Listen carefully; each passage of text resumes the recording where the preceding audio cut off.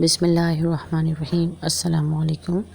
آج کی ویڈیو میں ہم دیکھیں گے کہ اس میں ظرف سے کیا مراد ہے اور اس کی کون کون سی اقسام ہیں۔ تو شروع کرتے ہیں۔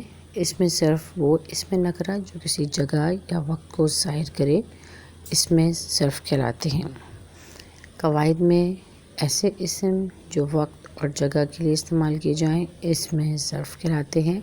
اس کی دو اقسام ہیں، ظرف زمان اور ظرف مکان۔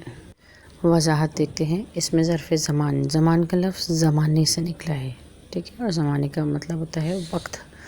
وہ اسم جس میں وقت کے معنی پائے جائیں، جیسے آج، کل، دن رات، صبح شام، ہفتہ، مہینہ، سیکنڈ وغیرہ۔ تو یہ تمام چیزیں جو وقت کو ظاہر کریں، زمانے کو ظاہر کریں، اس میں زمان کہلاتے ہیں۔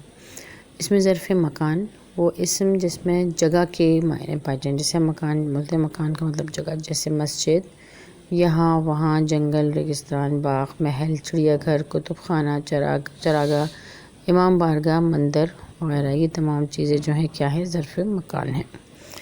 آئیے اب کچھ مثالیں دیکھتے ہیں۔ فیصل ہر روز باغ کی سیر کرتا ہے۔ ہم نماز مسجد میں پڑھتے ہیں۔ پرندے صبح و شام چہچہاتے ہیں۔ اندھے کے لیے دن رات برابر ہیں۔ ہاں جی، تو یہ دیکھیں کہ پہلی دو مثالوں میں باغ اور مسجد کا ذکر کیا گیا ہے۔ یہ ایسے دو اسم ہیں جو جگہ کو ظاہر کرتے ہیں، یہ اسم ظرف مکان کہلاتے ہیں۔ دوسری مثالوں میں صبح، شام، دن اور رات وقت کو ظاہر کرتے ہیں، تو یہ کیا ہے، یہ اسم ظرف زمان کہلاتے ہیں۔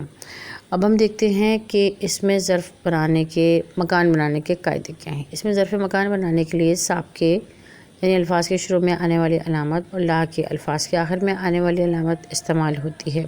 جیسے کہ دیکھیں آپ، دارالحکومت، دارالخلافہ، دارالسلطنت، دارالاقامہ، دارالعمل، بیت اللہ، بیت المقدس، بیت الحکمت، بیت الحرام، گاہ، سیرگاہ، عیدگاہ، آرام گاہ، چراگاہ، بندرگاہ وغیرہ۔ تو یہ تمام جو اگزامپل ہیں اس میں ظرف مکان کی ہیں۔ اور اس میں ظرف زمان بنانے کے لیے، یعنی زمانے کے وہ بنانے کے لیے صبح شام وغیرہ اس کو بنانے کی ضرورت نہیں ہے، وہ بنی بنائی ہوتی ہے۔ تو جناب یہ تھی آج کی ویڈیو۔ اگر پسند آئے تو لائک کر دیجیے گا، کمنٹ کے ذریعے ضرور آگاہ کیجیے گا۔ آپ کے فیڈ بیک کا مجھے انتظار رہے گا۔ نیکسٹ ویڈیو کے ساتھ پھر حاضر ہوں گی، اس وقت تک کے لیے چاہوں گی آپ سے اجازت۔ اللہ حافظ، فی امان اللہ۔